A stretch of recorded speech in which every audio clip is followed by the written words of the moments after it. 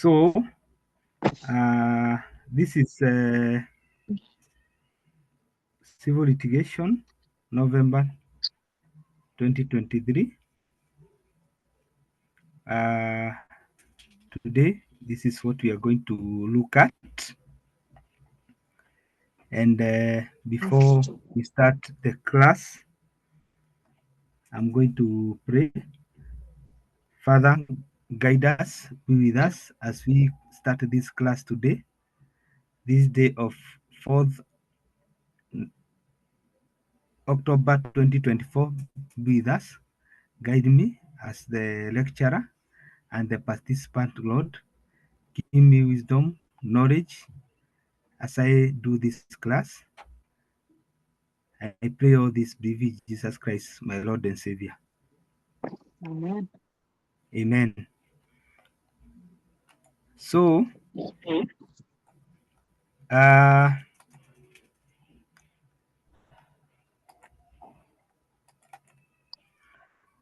this is civil litigation.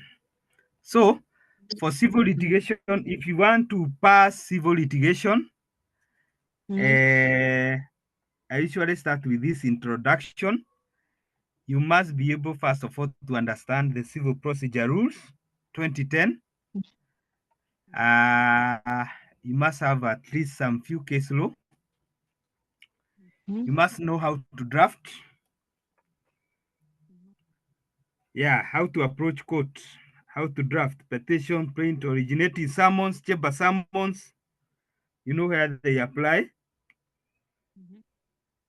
And also very, very important, you must know the timelines, various timelines, because civil litigation usually tests timelines.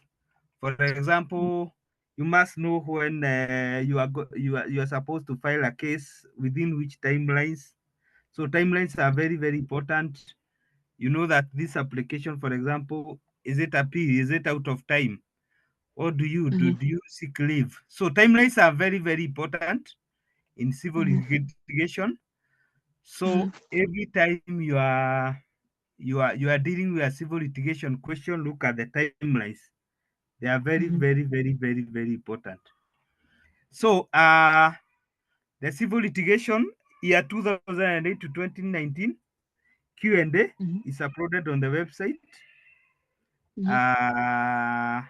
But the drafting part B, we did not do. I did not do the research. We are going to do for these classes. Then I have researched June 2021, November 2021, April 2021, April 2022, going for 100 shillings each on the website, by exam preparation website. And then the YouTube channel, ahead of November 2023 exams last year, we looked at October 2022 and March 2023. So for these exams, we are going to look at for civil litigation ahead of November 2024 exams. We are going to look at three things: by God grace and time. We are going to look at November 2023, then April 2024, and the content are going to be uploaded in the YouTube channel. So kindly subscribe and watch. After I upload, I'm going to give notification. Then we are going to go back to the year 2008 to 2019 draftings. So we are going to do those drafting there at part B. Because for you to be good in civil litigation, you should draft.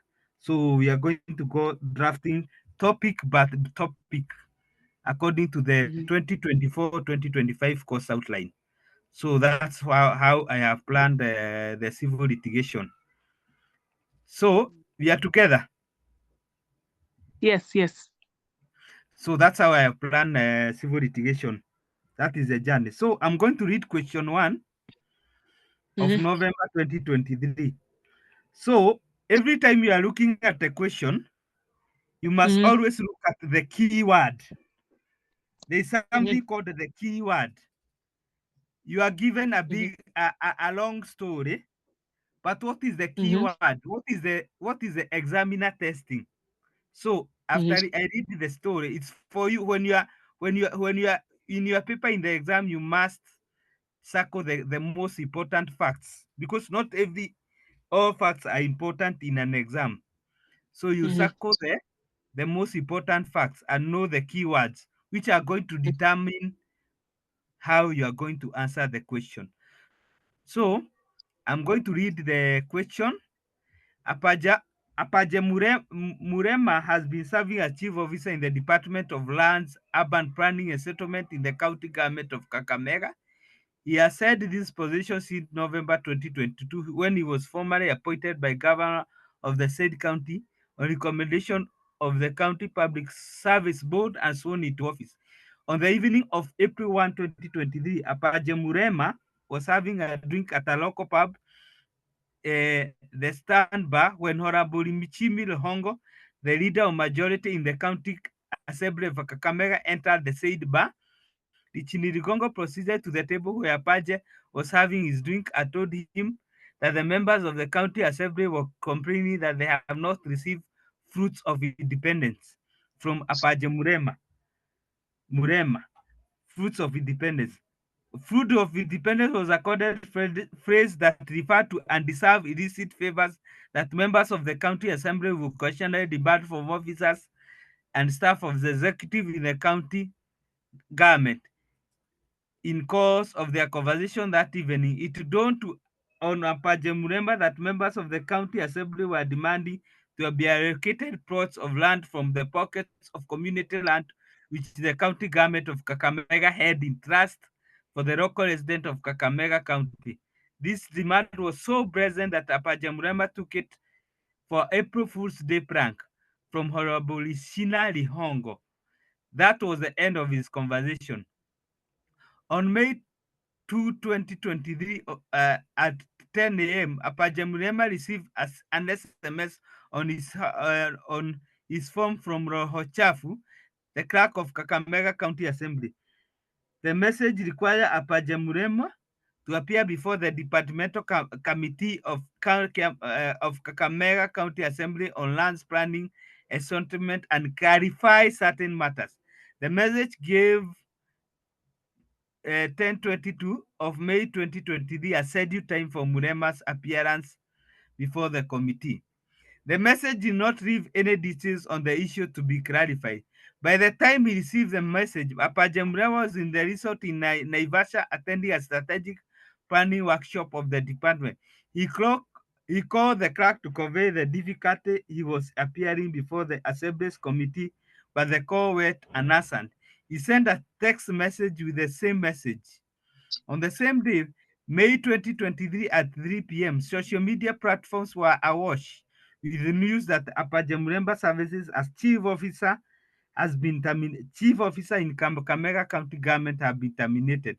Apache Murema cut short his assignment in Naivasha and traveled to Kakamega.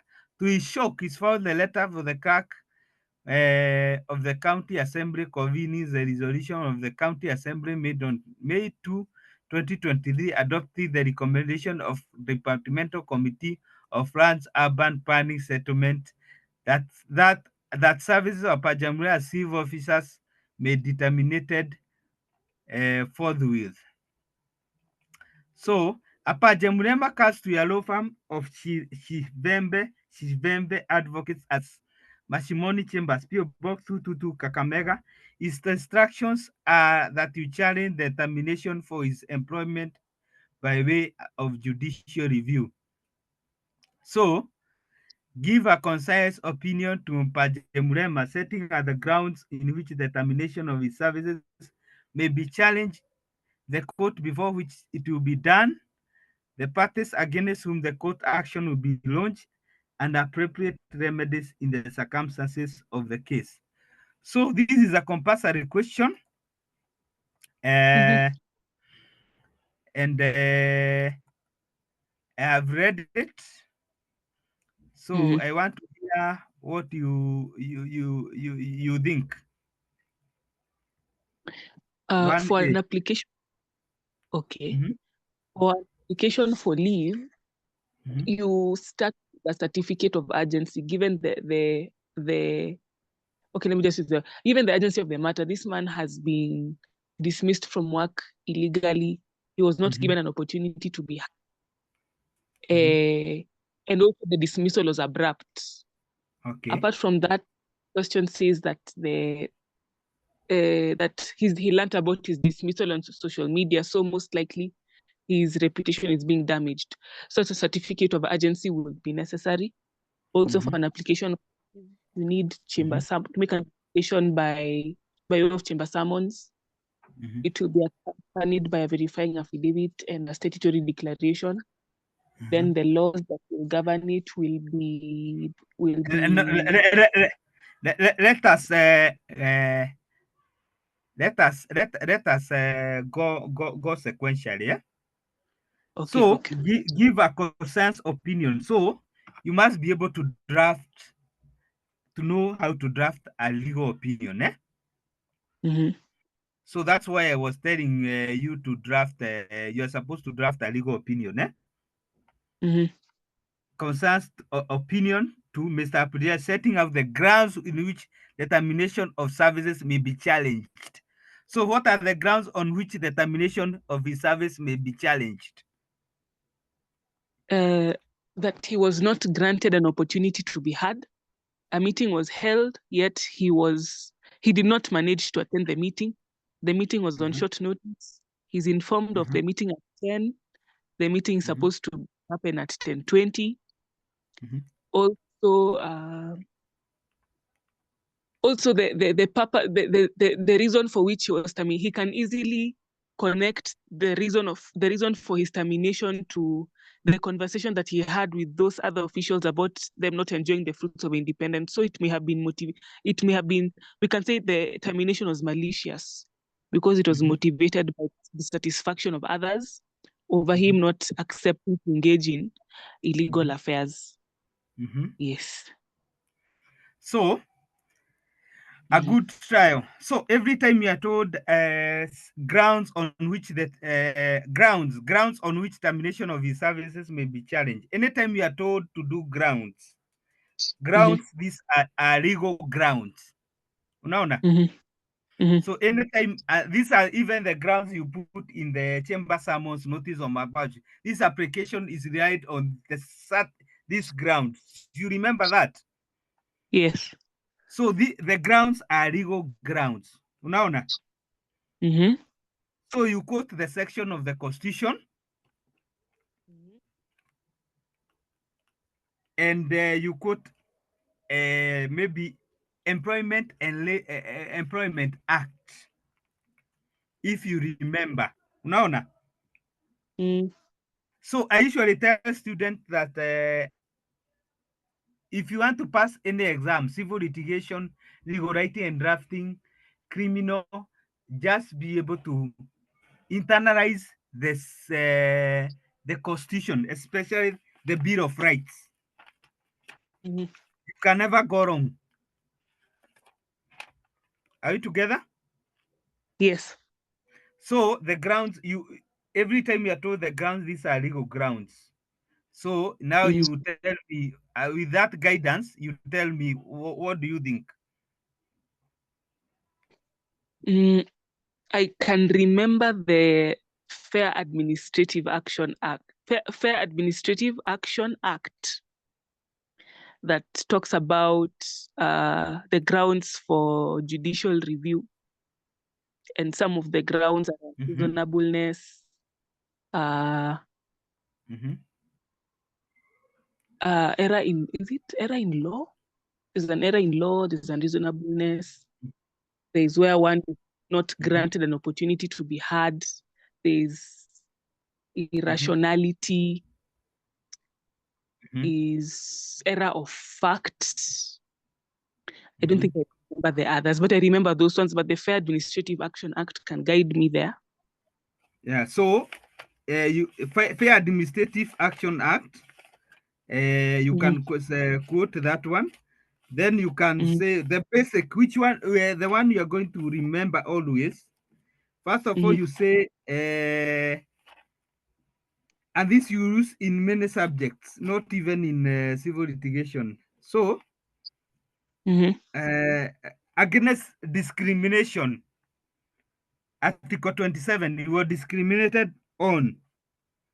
Then you go to human dignity, Article 28. His human dignity was not was infringed on. His dignity was not respected. Then you go to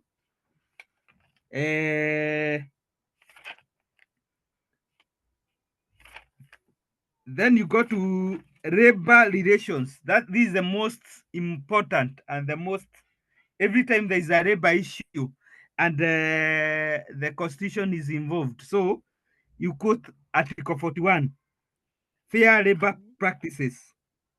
Unaona? Yes. Then you go to the one you have said, Article 47 on fair administrative action, because the county government of Kakamega is a government entity, so it ought to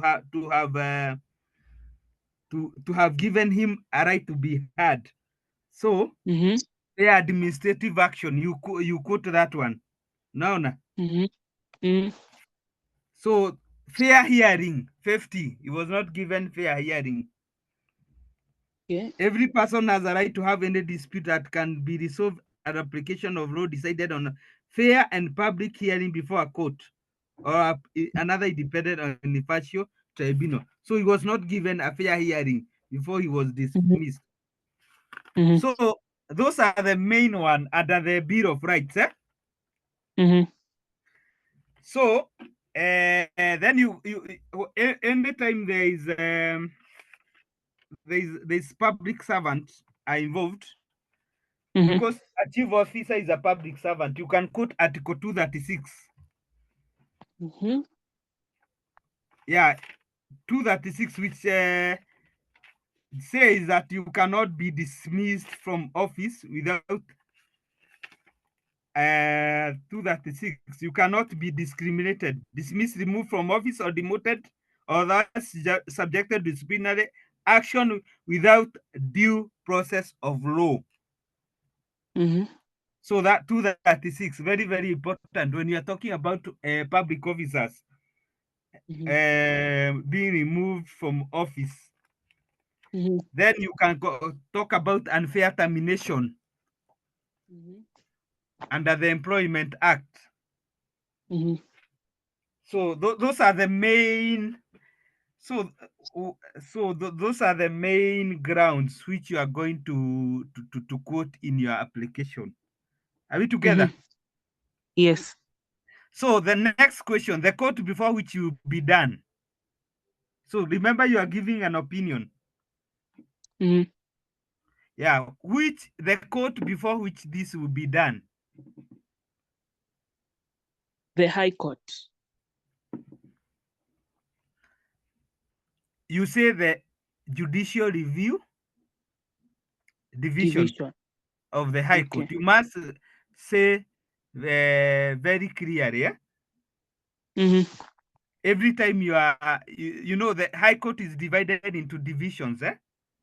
There's criminal division, there's civil division, there's judicial review division, there's constitutional human rights division. Yeah, there's family and this family division, which deals with succession and children matters on appeal from the magistrate courts. Unaona? So you must be very clear. It's not just the High Court, it's the Judicial Review Division of the High Court. It can be challenged there. It can also be challenged in this is an employment matter. So the most appropriate answer is the Employment and Labor Relations Court in Kakamega. So there's judicial revision. You know, now the Employment and Labor Relation Court was divided into divisions. Okay. You know that? I didn't know that. Yeah, so the employment and labor relation that was in Nairobi was divided into divisions. Mhm.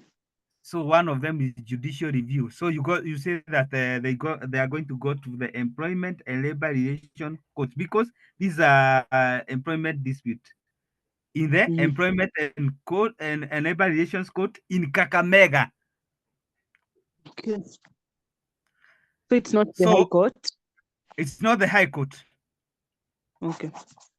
Yeah, this is an employment dispute. Okay. So it will go to the employment and labor relations court, which can hear JR matters, petitions, memorandum of claim. It can hear memorandum of claim. Mhm. It can hear JR, Mhm. and it can also hear petitions. Okay. If you look at the employment and labor relations court, Mhm.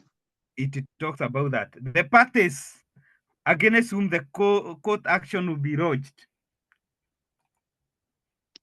The committee, Mhm. I guess the committee, I'm not sure about the county assembly, but let me say the county assembly, the county government of Kakamega. Yes. Mhm. So JR matters every time, when you are talked about JR matters, the applicant is the Republic. Oh, okay. Then yes, so every time you are talking about JR matters, the applicant is the Republic. Then the respondent is county government of Kakamega. Okay. Then Apanje Muremba is the ex parte applicant. Okay. But if it was a memorandum of claim or a petition, the applicant will be Apanje Muremba, and the respondent will be the county government of Kakamega. If it was a what? A petition or a memorandum of claim. Okay. Yes. So parties with whom the court action will be launched and appropriate remedies. What are the appropriate remedies in the circumstances? Certiorari to quash the decision of the committee. Mm-hmm. Prohibition to prevent the committee from making any adverse decision, any further adverse decisions concerning the applicant and his employment, and mandamus to compel them to reinstate the applicant back to his position. Very good. Every time you are asked about a judicial review matter, so the word you must use is certiorari, prohibition, and mandamus. Those apply only to judicial review matters. Okay. So that you have answered well. So all those things you are supposed to have put them in an opinion and advise Apanje Murema. Unaona? So this question, judicial review question, it's not the first time it has been tested. It has been tested many times. So this is a repeated question. So let's go to the next question, 1B. Prepare all the documents necessary to enable Mr. Apaje Muremba to obtain a leave of court for the institution of the substantive judicial review proceedings. So this is the one you drafted? Yes. Okay, very good. Let me now share that one. We look at it.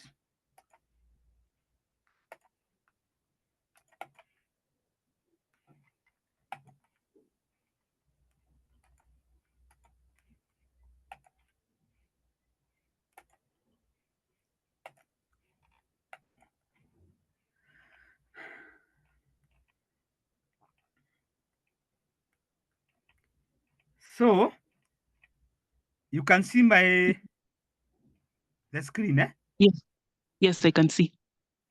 So Mhm. drafting is a skill. Mhm. So there are three things when you are drafting. You must know the pleadings, Mhm. the content, and the timing. Mhm. So a question for 12 marks, Mhm. I usually say that I guide students a question of 25 marks. Mhm. You should use about 38 minutes to do. Mhm. A question of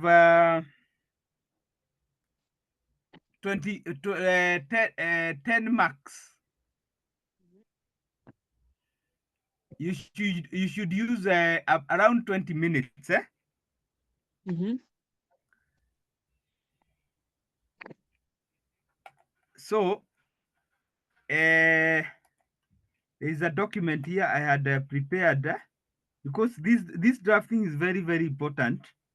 Mhm. Let me open on drafting before even we look at the question. Mhm. So so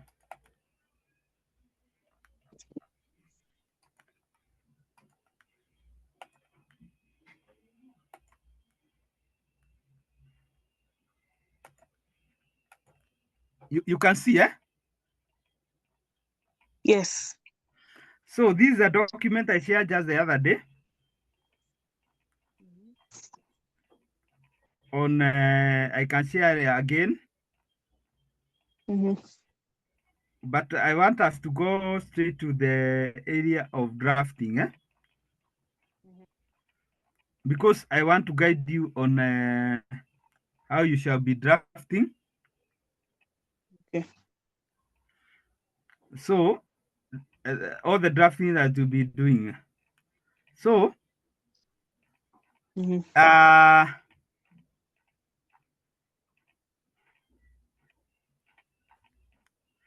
So exams paper is 3 hours. Yes. 6 questions each for paper for each paper except APM. First 15 minutes, read all the question and choose the one you will do. Mhm. So that is the first thing you do. Mhm. So for compulsory question which has 20 marks, use like 15 minutes to tackle it. Then the other 4 others, you use 25 minutes each. Okay. So that will give you around 150 minutes. Together with the 15 minutes that you did to read, the last 15 is used to proofread your work Okay. and finish the question you did not finish. Mhm. Remember, not answering the compulsory question attracts 0 marks. Really? Yes, Okay. Thierry have already said that. Okay. So a question of 12 marks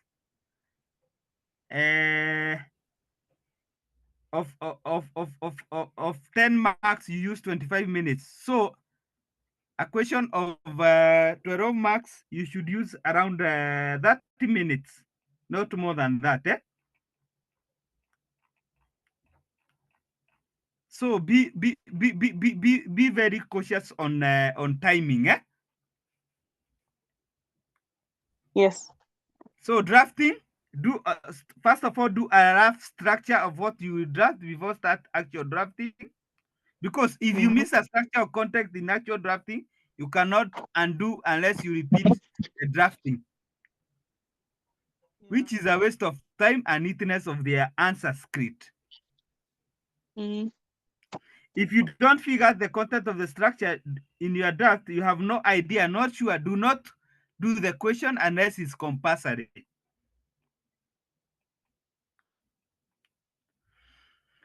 Be creative. Make Mhm. your drafted document to be excellent by creating your own facts to fill in the gaps.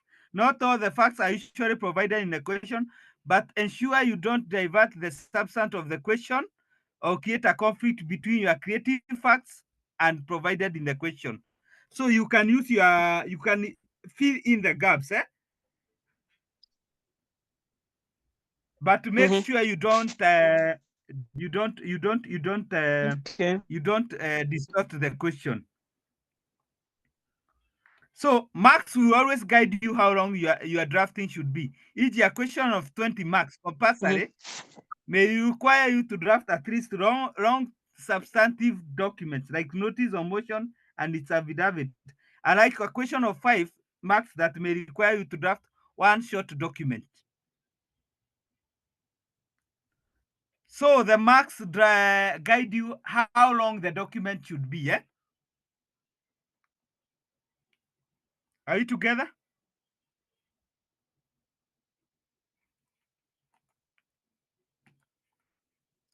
Are we together?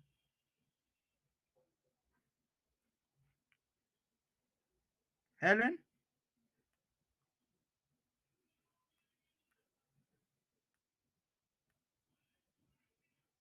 Hello?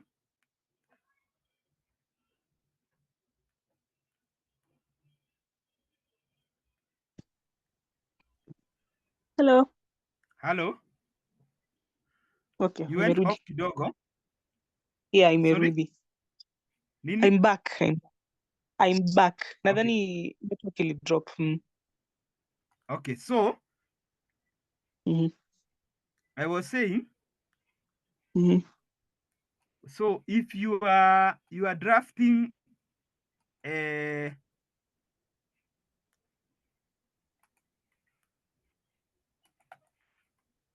we are here. So you must, if you are you be creative,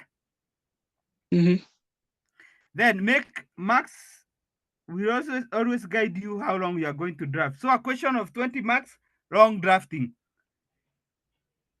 At least 2 long substantive documents. 5 marks, you do only 1. Okay.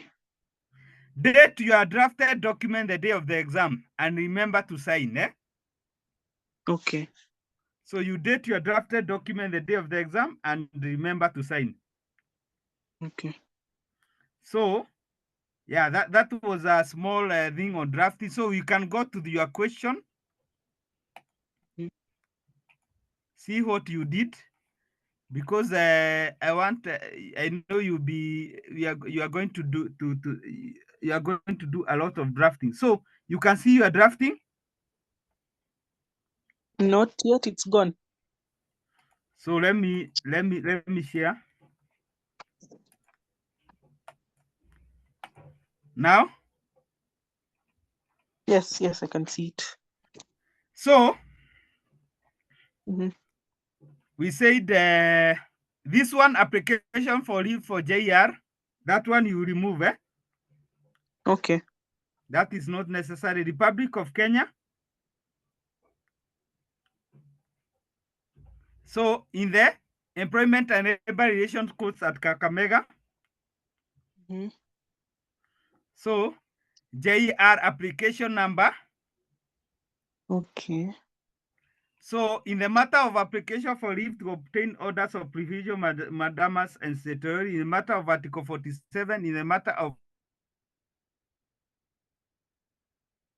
Order 53, very good, you must quote Order Article 47, Order 53. In the matter of fair administrative action, in the matter of Section 8 and 9 of the Law Reform Act. So we said here the applicant is the Republic. The respondent is the county government of Kakamega. And the ex parte applicant is this man called Apaje Murela. Okay. So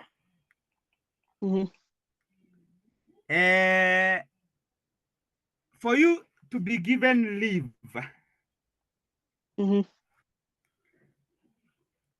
you must do 3 documents.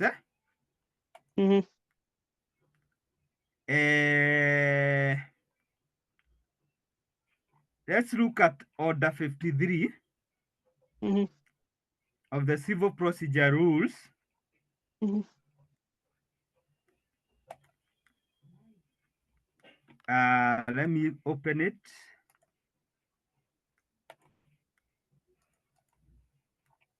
So, civil procedure rules 2010, order 53. So, you must understand someone cannot be able to pass these exams without looking at without knowing the civil procedure rules. So order 53 is the one that deals with the application for judicial review. So I want to share.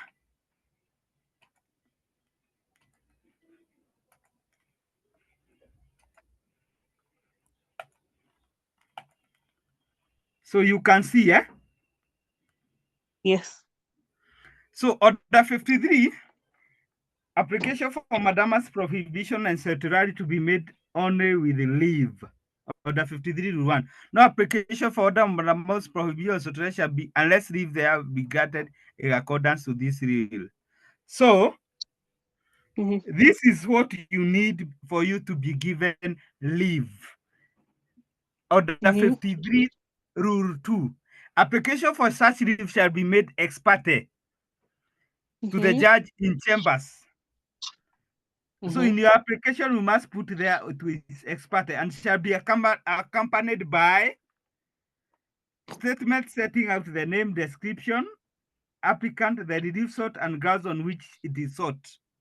Then affidavits verifying the facts.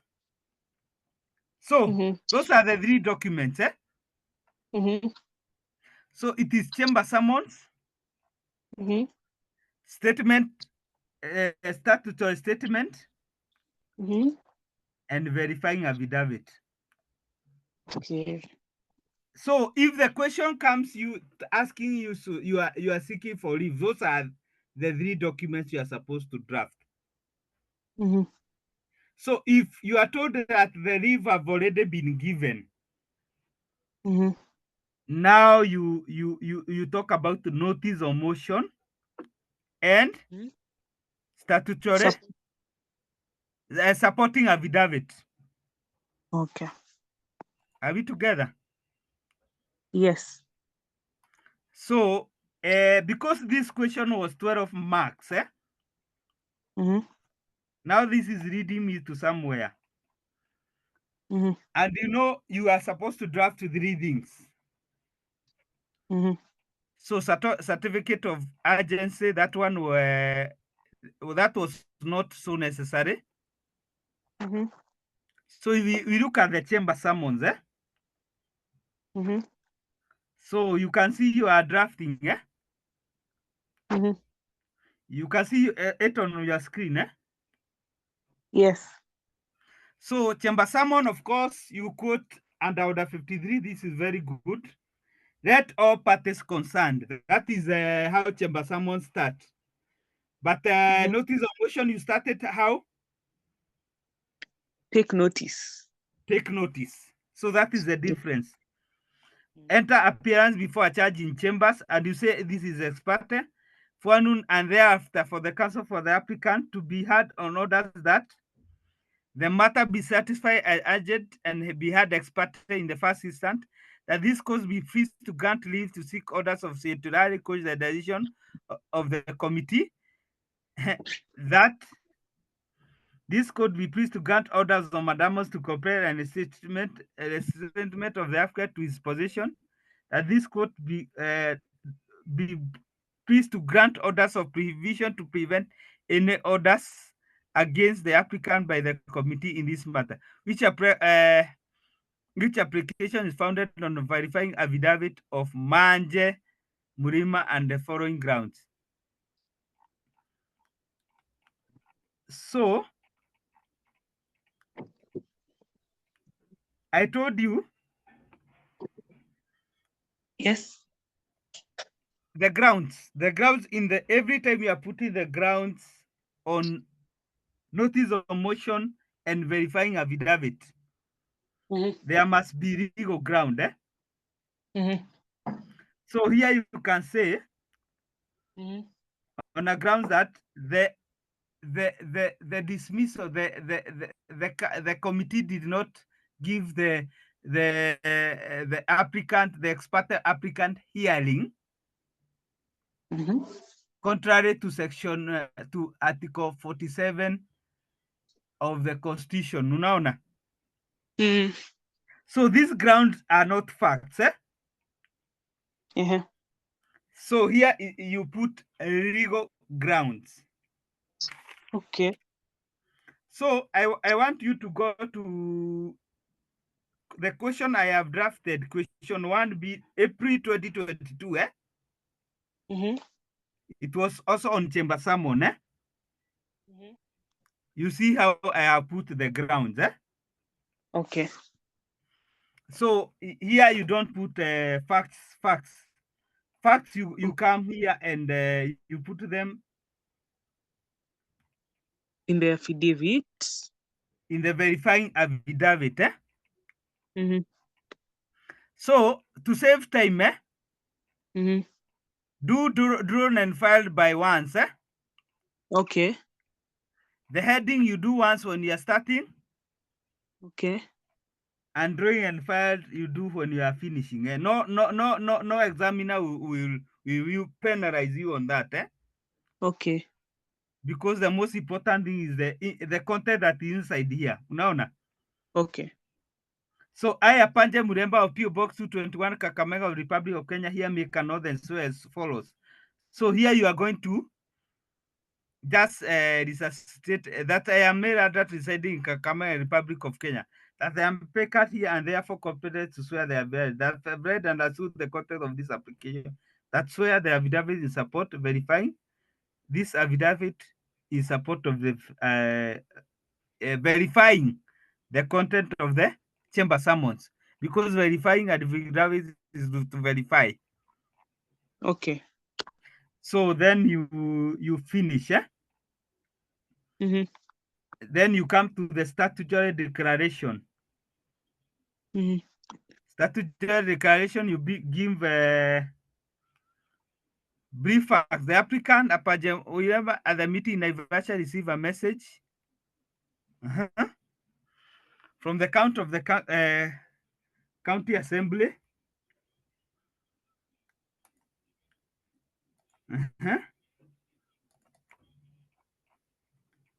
So let me open, let me verify also with that document here.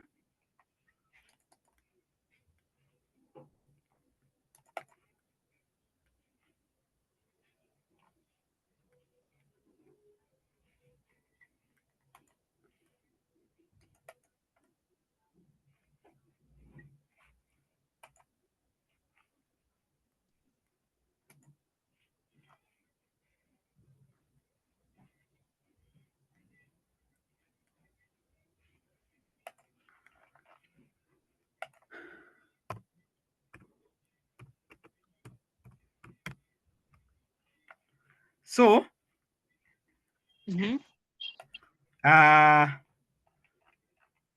statutory statement. You start with the name and description of the parties.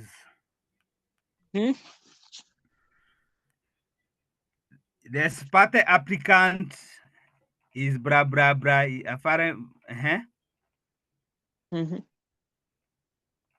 So then you describe also the county government. The respondent is who? Is the county government. The applicant here is a meeting in a message from the county assembly summoning him on the message by the received word via social media. So it is a statutory statement. Statutory statement. I think I have a chamber summon somewhere. Let me project, you see how it looks like, because this is very, very important.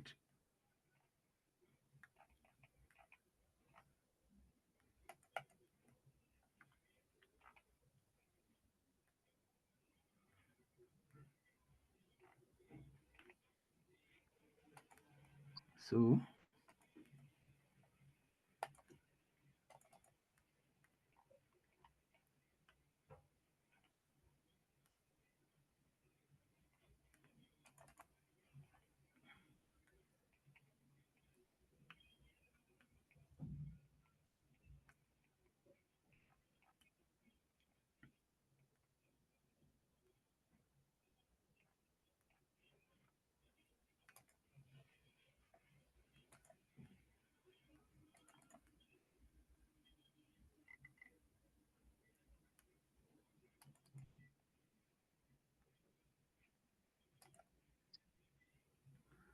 So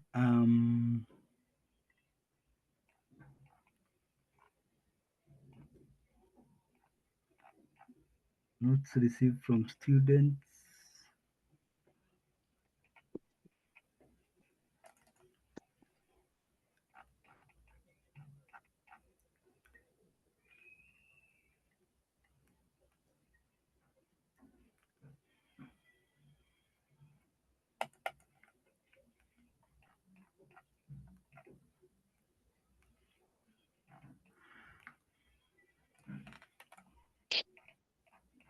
So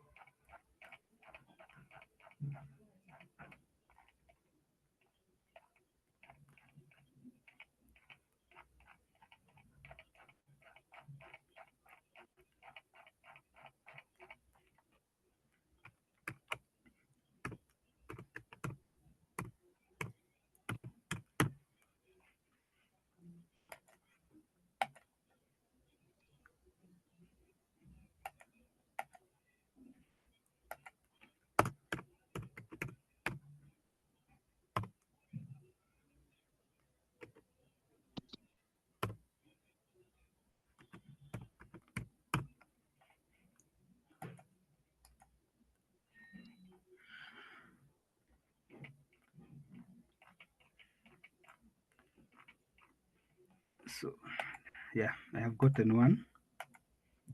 Mhm. So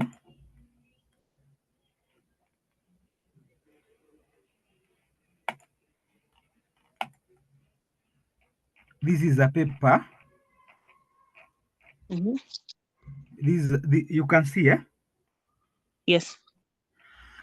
this is a paper that was shared by was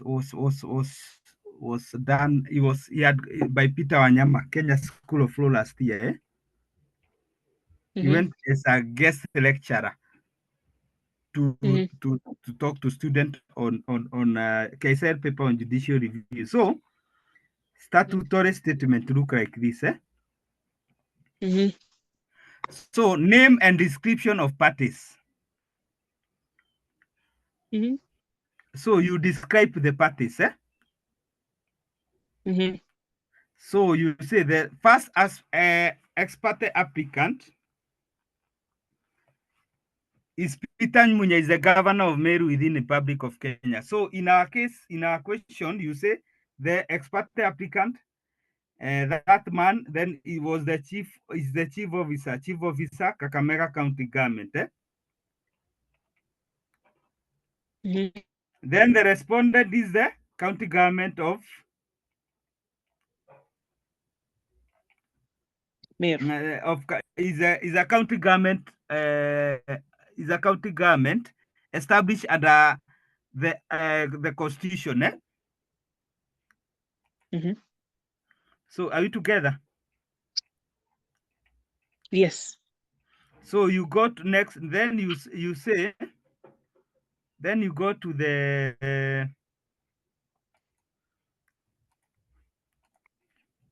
relief sort. Mm-hmm. So the relief sort is, now you talk about that leave be granted. Mm-hmm. So what is your relief sort?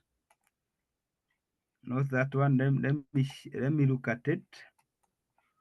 Relief sort: an order for Australia to cause the decision of the committee, an order for provision to prevent the adverse orders of action against the applicant.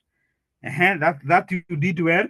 The only place you did not do well is A, description of the parties. Yes. So you go to the relief sort, then you go to next is the grounds which the reliefs are sought. Yes. Okay. So here you put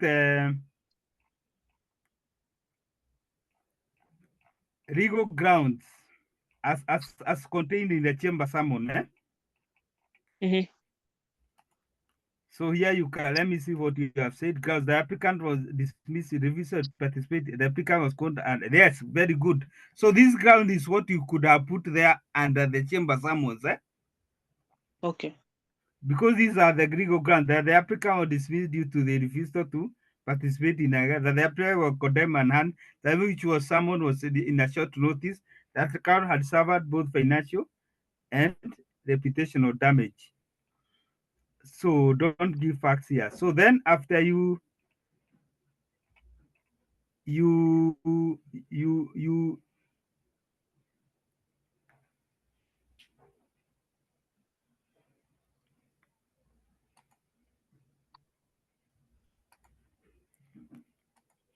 so you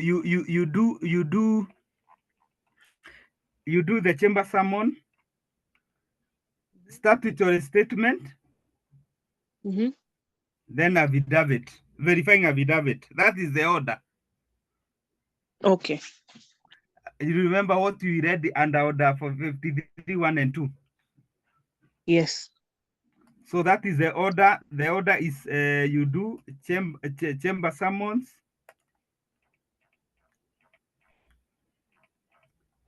statutory statement, then verifying affidavit. It's not how you have done. It's not chamber summons, verifying affidavit and statutory statement. It's the other way around. Okay. Can I see? Can you scroll on this, the one you've projected? I want to see the way the parties have been arranged, so that I see how I'm going to structure it. The one that you have projected Yeah. to the top where Let the me. Yes, I can even share to with you after the nini. But let me project. Okay. No, just this one. Just you've already projected it. Okay. So I scroll. Yes, to the You want to see the parties? top. Yeah. You see, yeah.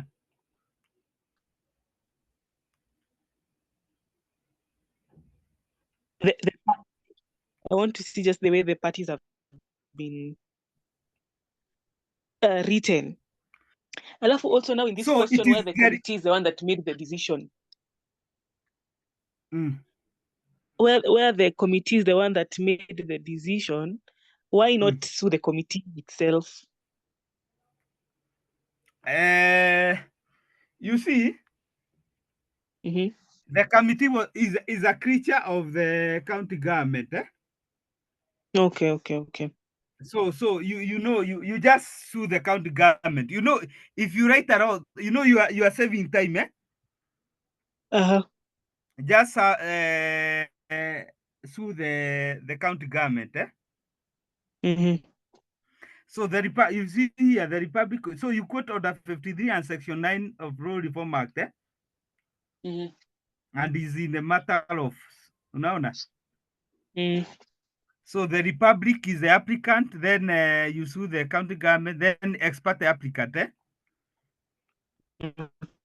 So that is a trick with the judicial review. We are So beneath together. Sorry? Yes.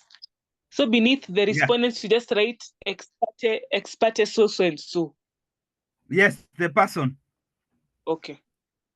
Yeah, that is a trick, Okay. with judicial review application.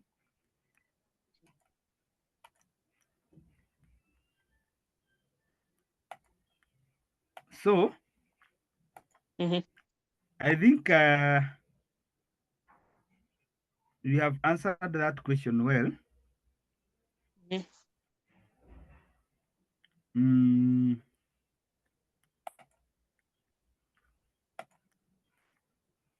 Of course, and with the timing. So you look at those collection. Okay. So I want to go to the next question.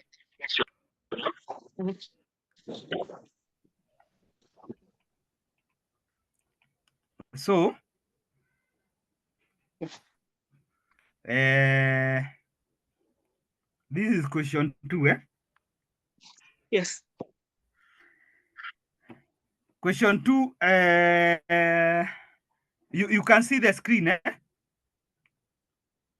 It's gone. What you're projecting is not there. Oh, okay. Let me project.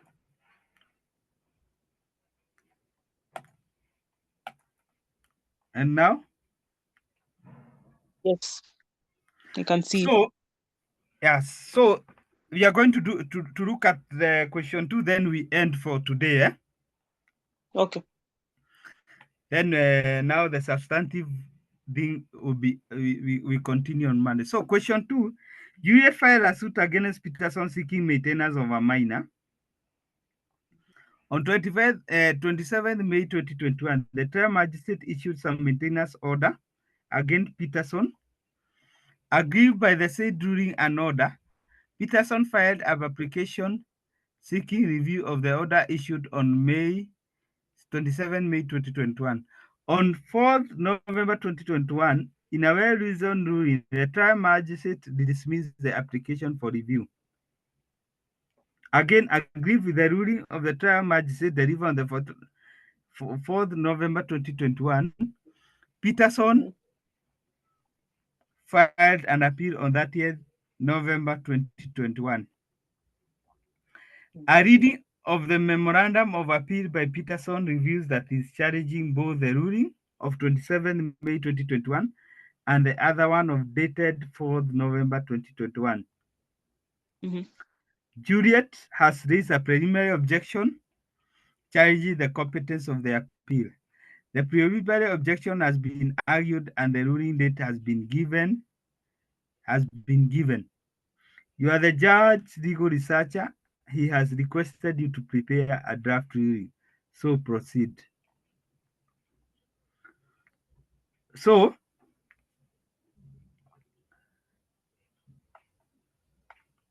can I give you an opportunity? You go and try. Yes. Yeah. Yes, I can try, and then I'll send the scan even tomorrow. So do the all the questions. There were some drafting. Okay, the whole paper. The whole paper, even there is another. Yeah, you will see draft the appropriate pleadings, challenge the ruling. That is question 6. Yes. So do the draftings.